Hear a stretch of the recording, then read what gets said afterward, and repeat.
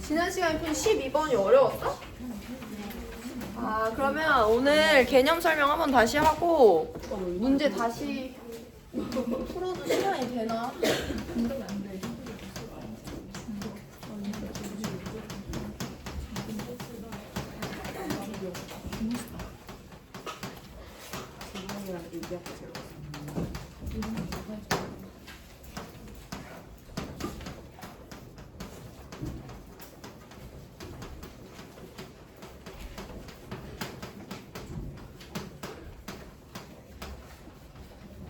얘들아, 우리 묽은 용액의 총괄성이라는 단원 들어왔는데 여기는 뭐 둘이 놀려고 나간 거 아니지? 아니 진짜 묽은 용액의 총괄성은 묽은 용액에 대해서 나타나는 특징에 대해서 보는 건데 이 문장 안에 이미 우리가 이번 단원에서 중요하게 보는 게 다 나와 있는데 묽은 용액의 총괄성 단원은요, 용액은 용매랑 용질이 섞인 거잖아. 근데 그 앞에 누가 붙었냐면 묽은이라는 단어가 붙었어요. 그러면 이 용액은 보통 용매가 용질에 비해 과량으로 존재하는 묽은 용액에 대해서 살펴보는 거예요. 그럼 우리가 얘네들에 대해서 뭘 보냐면 되게 많은 양의 용매에 조금한 양의 용질을 넣었어. 그럼 당연히 이 용액은 용매랑 조금 다른 성질이 나타날 거잖아. 그래서 용매에 비해 용액이 뭐가 얼마나 달라지는지를 살펴보는 거예요.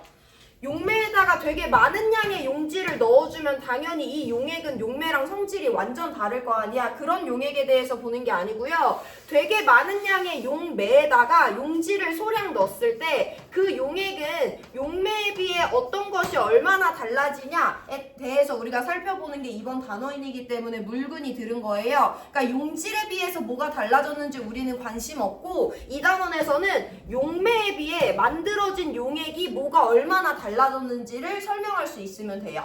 그런 거 우리 세 가지 볼 건데 첫 번째가 우리 지난 시간에 본 증기압력이라는 값이 어떻게 되는지, 두 번째 오늘 우리가 볼 건데요. 끓는 점과 어는 점이 어떻게 되는지 살펴볼 거고요. 다음 시간에 우리 볼 건데요. 삼투압이 어떻게 달라지는지 볼 거예요. 그래서 용매에다가 조그만 양의 용질을 넣어서 용액을 만들었을 때 용매에 비해 용액의 증기압력이 왜 낮아지는지, 용매에 비해 용액의 끓는 점이 왜 높아지는지, 용매에 비해 용액의 어는 점이 얼마나 낮아지는지, 삼투압이 얼마나 높아지는지를 설명을 해야 되는데 이때 총괄성이라는 건 왜 총괄성이라는 특징으로 얘네들이 묶이냐면 얘네들이 얼마나 낮아지는지 높아지는지 낮아지는지 높아지는요, 내가 넣어준 용질의 양이 몇 그램인지가 중요한 것이 아니고요. 몇 몰인지가 중요해요. 이 총괄성은 모두 다 얼마나 낮아지는지 높아지는지 낮아지는지 높아지는지는 내가 용질을 1개 넣냐 2개 넣는지가 중요한 거지 1g 넣냐 2g 넣는지가 중요한 게 아니에요. 그래서 총괄성들은 용매에 비해 용액의 성질이 어떻게 달라지는지 그 안에 녹아 들어간 용질의 양을 이용해서 설명할 수 있는 성질들을 총괄성이라고 합니다. 그래서 우리 증기압력 내림 다시 한 번 더 복습하고 문제 12번, 16번 풀 건데요. 증기압력 내림이 우리가 이번 단원에서 배운 첫 번째 총괄성이에요. 그래서 증기압력 내림이라는 총괄성은 무엇을 의미하냐? 내가 용매에다가 용질을 조금 타줘서 만든 용액은 용매에 비해 증기압력이 낮아진다는 거야. 그래서 지난 시간에 설명했는데 한 번만 더 직관적으로 설명하고 넘어가면 당연히 증기압력 내림이라는 현상을 이해하려면 증기압력이라는 개념을 설명할 수 있어야 되고요. 증기압력은 밀폐된 용기에 액체를 넣었을 때 이 액체 표면에서 일어나는 기화인 증발 현상을 정확히 설명하실 수 있어야 돼요. 액체는 표면에 있는 입자와 내부에 있는 입자들을 비교할 수 있어야 되는데 액체 표면에 있는 입자들은 내부에 있는 입자들보다 주변과 상호작용을 조금 더 약하게 합니다. 그래서 얘네들은 그 상호작용을 끊고 날아가는 것이 쉬워요. 그럼 이제 내 옆에 입자가 없고 입자들 사이의 거리가 멀어지는 거니까 기체가 되는 거고 이런 걸 증발이라고 하죠. 액체 표면에서 액체가 주변의 상호작용을 끊고 날아가서 만들어진 기체들을 우리는 증기라고 부르고요. 근데 이 증기들은 이 용기 밖을 나갈 수 없기 때문에 돌아다니면서 용기 벽면을 때리게 되는데 그 때리는 힘의 세기를 증기압력이라고 해요. 자, 그럼 내가 이번에는 이건 용매고 용액의 증기압력을 살펴보기 위해서 여기다가 용액을 넣어줄 건데 A 수용액을 넣어줬어요. 그럼 얘는 과량의 물이라는 용매에 A라는 용질을 조금 타줬기 때문에 이 용액은 물만 있는 게 아니라 이들 사이에 A라는 용질도 몇 개 껴있어요. 묽은 용액이니까 내가 용질을 그렇게 많이 그리진 않고 한 2개 정도만 그릴 건데, 그럼에도 우리는 이 통에서 증기압력을 측정해 볼 건데, 여기서도 용매 분자만 휘발된다고 가정했을 때 이 용매는 표면에서만 증발할 수 있고 내부에서는 증발하지 않은데, 용매만 있을 때보다 용액이 됐을 때 용질이 1개, 2개 껴들어왔기 때문에 용매가 표면적을 차지하는 양이 줄어들었어요. 표면에서만 증발할 수 있는데 여기는 20개가 다 증발할 수 있는 반면에 여기는 18개밖에 못하는 거니까 일단 증발할 수 있는 표면이 줄어들었고, 내가 지난 시간에 말했지만 물이랑 A라는 용질을 섞었을 때 A 수용액이 만들어진다는 건 물과 A 사이의 상호작용이 물과 물 사이 또는 A와 A 사이의 상호작용보다 세다는 거야. 그러니까 무슨 말이냐면 순수한 물만 있을 때 얘는 내 주변에 있는 애들과 상호작용을 끊고 증발을 하고, 용액에서도 이 분자는 내 주변에 있는 애들과 상호작용을 끊어야 되는데 여기는 물끼리만 상호작용이 있는데요. 용액에서는 물과 물 사이의 상호작용도 있지만 물과 A 사이의 상호작용도 끊어야 되죠. 이게 끊기 더 어렵기 때문에 용액에서는 용매보다 여러모로 증발이 어려워요. 증발이 어렵다는 건 이 용액 안에 존재하는 증기의 양이 적다는 거지. 10개가 용기 벽면을 때릴 때랑 8개가 용기 벽면을 때릴 때는 당연히 8개가 용기 벽면을 때릴 때가 더 약하기 때문에 증기압력은 용매에 비해 용액이 낮아진다라는 정성적인 설명을 하실 수 있어야 됩니다.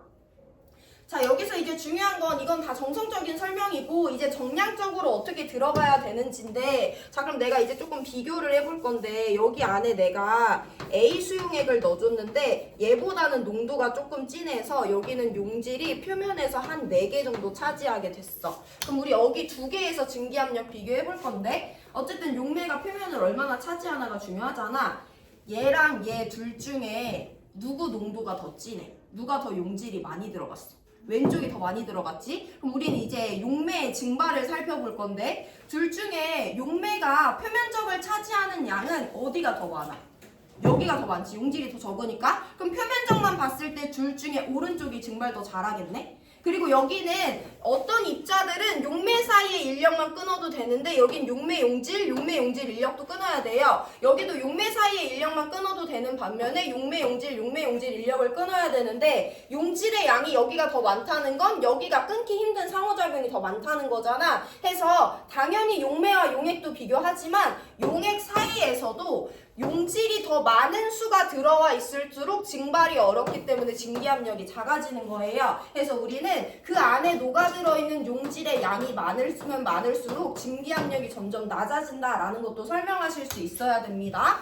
자, 그럼 여기서 등장하는 용어가 많은데, 일단 순수한 물만 있을 때 증기압력 P용매라고 쓰고요. 걔네들 안에 용질을 넣어줬을 때 용액의 증기압력은 P용액이라고 써요. 그럼 우리가 지금 배운 거는 용매의 증기압력보다 용액의 증기압력이 항상 작다라는 거지. 그래서 얘네들의 차이값을 이제 정량적으로 표현해보면, 용매가 용액보다 크니까 용매에서 용액을 뺀 값이 이들 사이의 증기압력이 얼마나 낮아졌는지 증기압력 내림값이에요. 근데 우리 방금 전에 그거 봤잖아. 이 증기압력 내림값은 그 안에 용질이 얼마나 많이 녹아있냐에 따라서 달라지는 거죠. 그래서 이걸 수식으로 표현을 했을 때 어떻게 표현하실 수 있으면 되냐면, 증기압력 내림값은 용매의 증기압력에 의존하는 값이잖아. 묽은 용액이니까 용매에 비해 얼마나 달라졌는지를 살펴보는 거예요. 그 안에 용질이 많으면 많을수록 증기압력이 많이 낮아지는 거니까 델타 P는 이와 같이 실험값으로 구할 수도 있고요. 이처럼 이론적으로 계산해서 구할 수도 있습니다.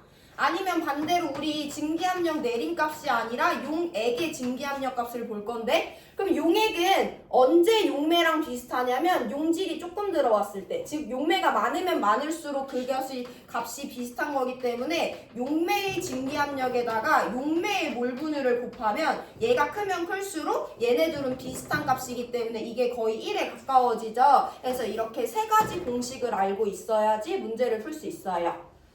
공식 적용은 그렇게 어렵지 않은데 여기 새로운 용어가 많이 나왔고 우리가 이전에 배웠던 것들 두 가지, 세 가지 개념이 융합된 거라서 조금 어려울 수는 있는데 문제 자체는 그렇게 어렵게 안 나오고 우리 12번 복습하고 16번 문제 풀고 끓는 점 오름으로 들어갈게요.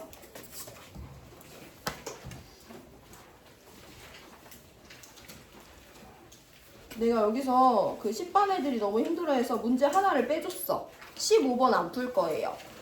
그래서 12, 16, 그 다음에 몇 번이지? 12, 16 몇 번? 이 네 문제에서 세 문제 나온다. 어쨌든 총괄성에서 세 문제 나와, 얘들아.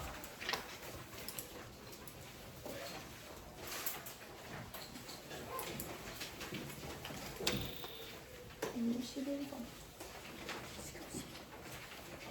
15번 빠졌어. 이 1번부터 16번 중에 15번은 안 풀어요. 시험범위 아닙니다. 너무 어려워하더라고.